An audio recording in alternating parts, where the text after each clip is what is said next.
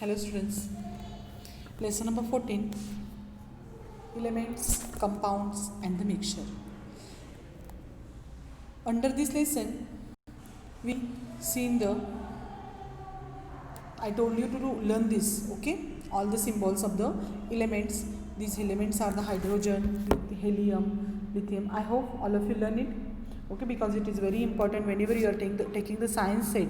This is the very important till whenever you are studying, till that you have to use these symbols of the different elements, okay? Not only for the science those who are taking, but whenever science is there till 10th standard, whenever we are writing the reactions, otherwise we are doing the writing chemical equation figure inside, we have to use these symbols, okay? And this activity I told you, nobody sent me that activity. Now here it is the next question. Can you tell which metals do we use in day-to-day life? Just yesterday I told you that we are using the iron, copper, aluminium, then afterwards we are using the gold, silver. These metals we are using in our daily life. Are metals element? And again this steel is also one of the, we are saying that metal, but actually it is a alloy. Elements are generally classified into two groups, okay? Which are those two groups? First it is the metals and another is the non-metals, okay? First it is the metals and another it is the non-metal. And these metals and non-metals we can identify very easily because we know some of the properties of metals and the non-metals, and these properties are there. This property we are studying from childhood. If we say, then also it's okay, because from smaller age we are saying that this is a iron, this is a gold. These words we are using, okay? Then some things are there, those are non-metals. For example, wood is there, coal is there, soil is there. These are the non-metals. We have studied the properties of metals, such as, which are those properties? Now the properties of the metals are malleability. I told you. What is malleability? We can make sheet from it, okay? For example, if we take the example iron sheets are there that we are using for flooring that our home, okay? Otherwise gold sheets we are making, okay? Golds what we are saying, jewelries are there inside it, small gold plates we are using. So this is the property of malleability, that the metals have a tendency of a malleability, that is, we can make sheet from it, okay? But we can make the sheet from the coal. Is it possible? No, it's not possible, because it is a non-metal. Ductility means what I told you, to take out the thread from it. If you see in our home, the wires are there, electric wires are there, it is made up of copper wire, otherwise aluminium wires are there in it, okay? Why? Because it is a property of a metals that we can take out the ducts from it. Next, it is the conductivity of heat and electricity.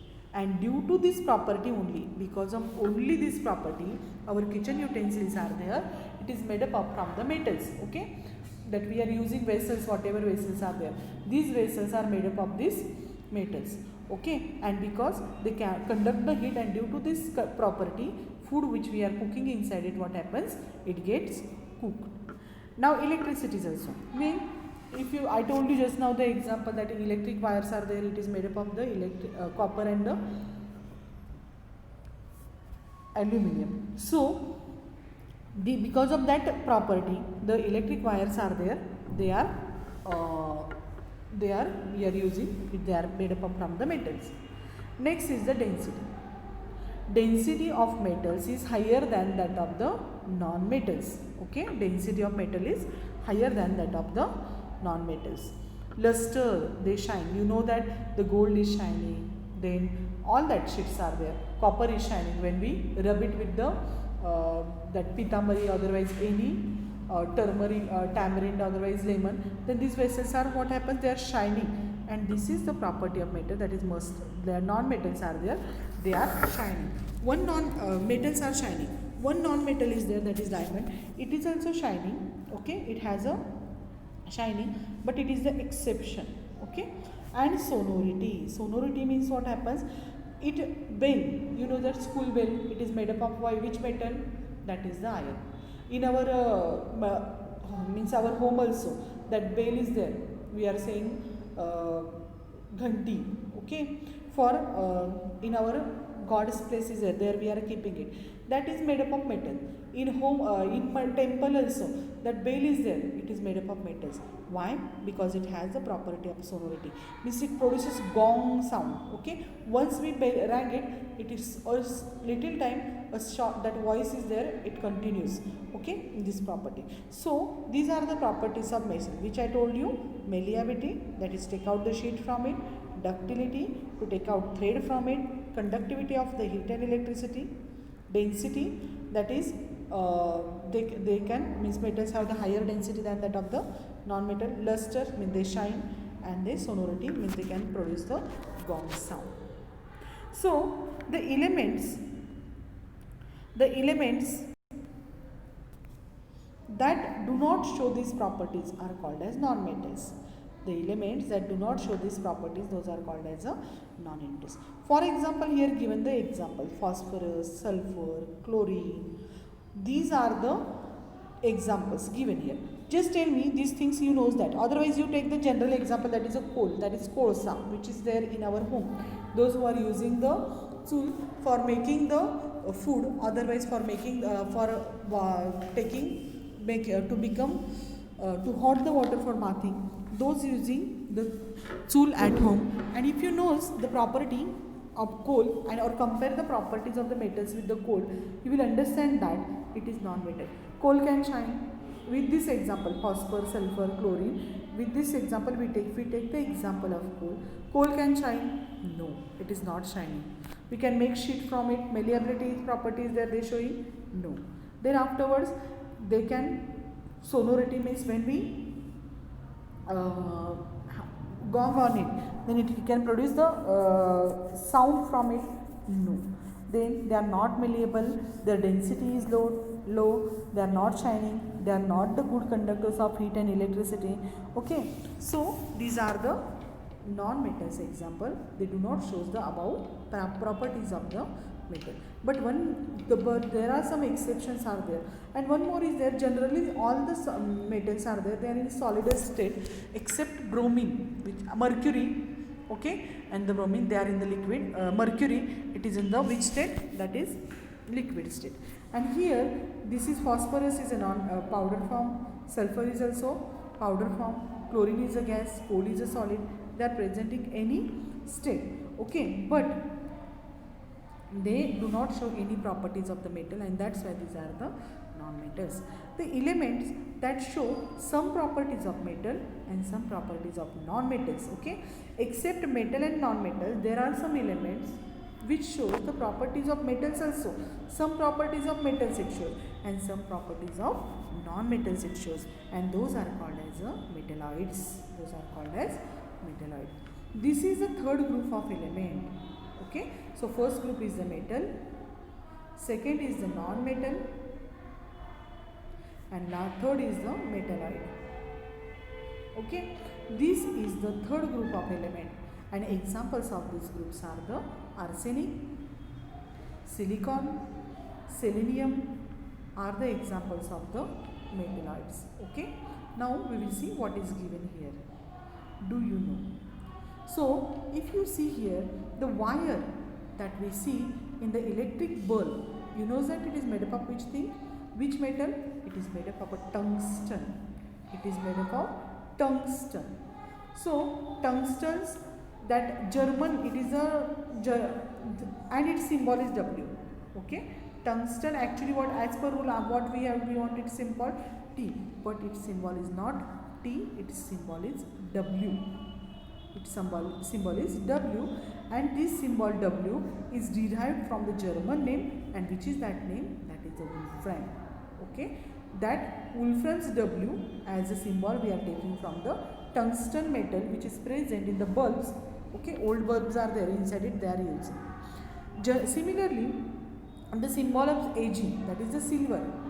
Ag, silver. That is, and golds AU. It is derived from Latin names. Okay, it is derived from Latin name, that is Argentinum. Argentinum means silver, that is a Latin name, and from this A and G they are taken as a symbol for the silver. Next, aurum. Next is the aurum, and that aurum is there. It is taking from this aurums, first and second letter is taken as a symbol for the aurum. Elements occur in the solid, liquid and the gaseous state. As you know that all the elements are there, they are present in the solid state. Some of the examples are the metals, some of the non-metals are also present in the solid state. Liquid state inside water is there, then afterwards oil, then milk, these are the liquid states. Gaseous state, so many gases are there, oxygen, carbon dioxide, all they are present in the gaseous state.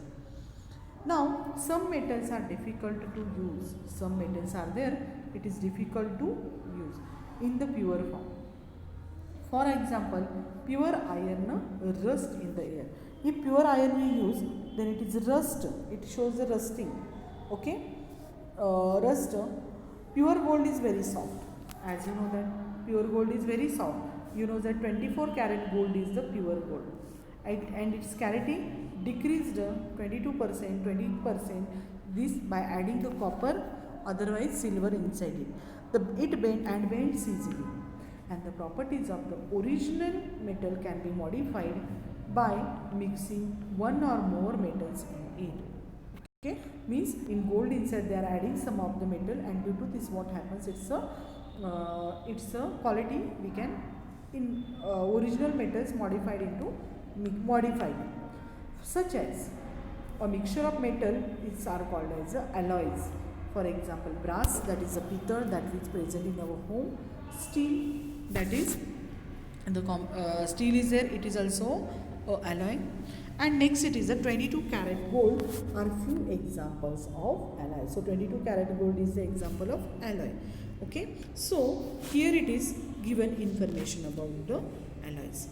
Now next point is the which of the elements are metals, which are non-metals, and which are metalloids. Find out, they told you. So whatever things are there in your home, so in our home so many things are there, some plastic things are there, some iron things are there, some gold things are there, so and some are the so these are the what we are saying, these are the metals or non-metals, and the metalloids are present in our home. So you have to do that, whatever things are there in your home, just try to classify them into this thing. Okay, that is metals, non-metals and the metalloids. Okay, now the compounds. The next point is the compound. So which of the take sugar in a test tube. What we have to do?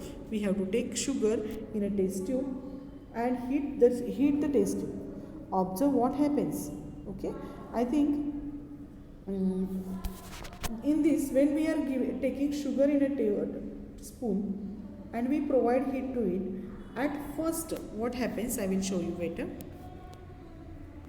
Now we will see what happens when we provide heat to the sugar. Okay, so here it is given, see here it is sugar. If we provide heat to it, then first of all what happens,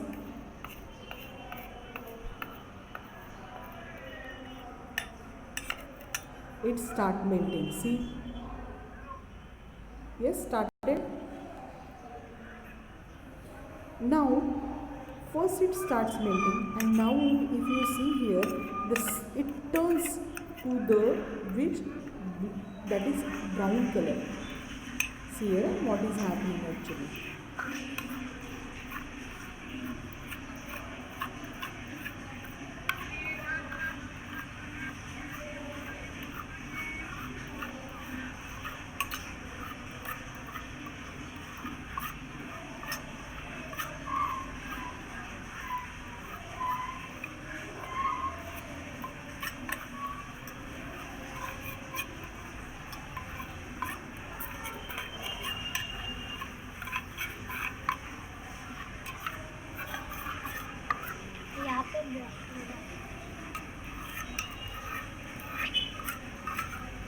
See here, now it turning black.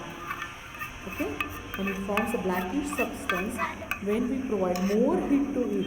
Okay, it turns which that is black, and that is nothing but it is a coal. If you see here, it is turning to the black sea.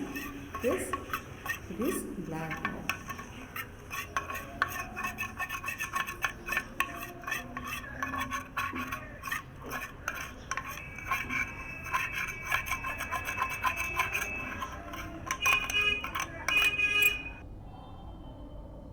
So now you saw that when a sugar, if we are taking in a test tube instead of textbook test tube that we took in the any basin and we gave heat to it, then what left behind it? The coal left behind it. Okay.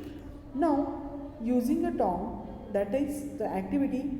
Using a tongue, hold the magnesium ribbon in a flame and observe change took place in the above two experiment. So here if you burn this first inside, what happens when we provide heat to it? It turns black substance, that is coal, and if we are holding the magnesium ribbon in our hand, in the flame, it burns. Okay, and it gives the light and the heat. It gives the light and heat. Okay, so this is the difference, means in one activity the carbon left and another activity the white powder left. Okay, so today we are going to stop here only. The next part of the lesson we will see in our next lecture. So today we will stop here only. Okay, thank you.